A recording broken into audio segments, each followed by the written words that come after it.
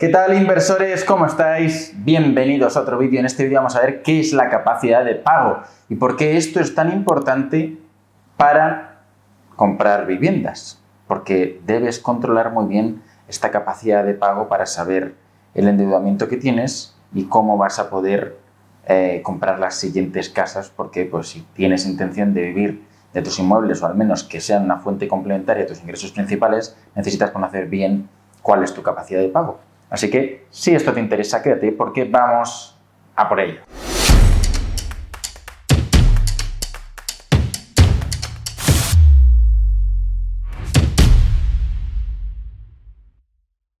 Bien, la capacidad de pago tiene una fórmula súper sencilla, que es los ingresos que generas menos la deuda que tienes o lo que pagas mensualmente de esa deuda, ¿no?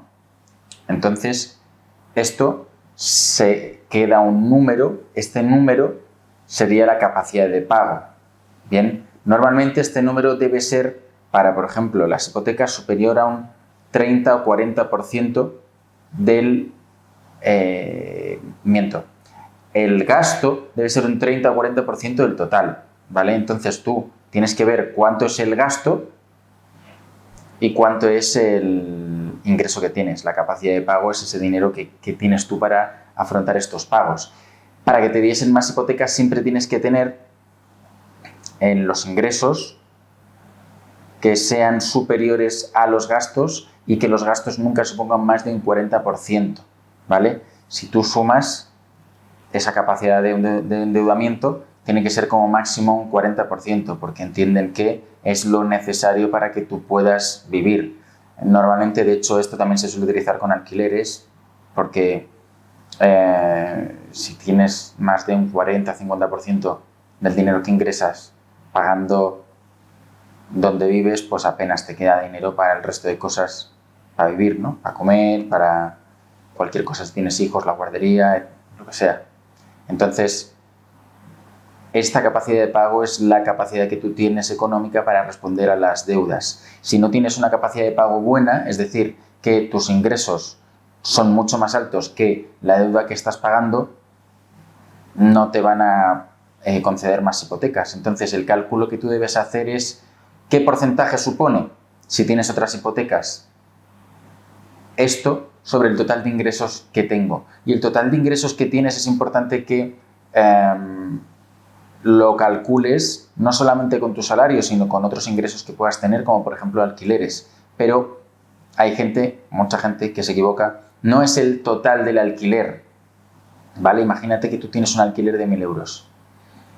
Eso no sería el ingreso extra que debes añadir para sumar a tu salario. Serían los 1.000 euros de alquiler menos todos los gastos que tengas en esa casa. Si tienes gastos de suministros y los pagas tú, pues eso. Si tienes gastos de IBI, de basuras, lo que sea, los restas.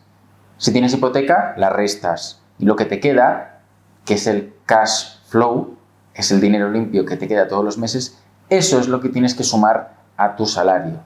Cuando haces esa suma, entonces puedes ver con respecto a el gasto que tienes, qué porcentaje supone. Y al hacer ese cálculo, entonces tú te das cuenta de cuánto supone en porcentaje sobre el total de la deuda, o sea, sobre el total de los ingresos. Y si no sabes cómo hacer este cálculo, es muy sencillo. Me lo invento.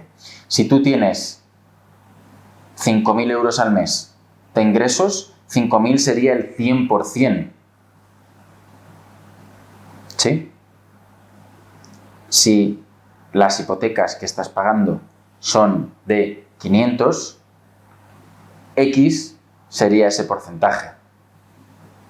Y es muy sencillo, haces una regla de 3. Si no sabes hacer una regla de 3, pues yo te lo puedo explicar, pero vamos. Es 500 por 100 entre 5.000 y te saldrá un 10%. En este caso sí que te darían más hipotecas siempre y cuando no superen el 30 o 40% del total de tus ingresos, dependiendo del banco con el que estemos hablando. Un 40% sería, si no me equivoco, como 2.000 euros. O sea que todavía podrías comprar de casas cuya hipoteca te cueste 500 euros, pues 2 o 3. Seguramente, siendo los bancos como son, serán más tirando a 2 que a 3, pero ese es el cálculo que debes hacer. A partir de ahí, así es como ellos lo toman. Y estos gastos no solamente van a ser las hipotecas que tengas, si tienes otros préstamos personales, cualquier otro tipo de deuda, ellos lo van a mirar, lo van a juntar y van a sacar el número de ahí, ¿vale? Entonces tienes que hacer esa regla de 3 para sacar este cálculo y tener en cuenta que este es el porcentaje de endeudamiento que tú puedes tener para tus hipotecas. Y esto es la capacidad de pago. Al final es algo súper necesario porque la capacidad de pago es lo que miden los bancos para saber si tú puedes asumir más préstamos o no. Y en base a eso te dan o no te dan, ¿vale? Espero que te haya servido, espero que te haya quedado claro cómo se hace la regla de 3, cómo se calcula y más o menos las cifras que utilizan los bancos. Y si te ha gustado el vídeo, dale like, déjame un comentario haciéndomelo saber y suscríbete al canal para ver muchos más vídeos como este. Nos vemos pronto. Chao, chao.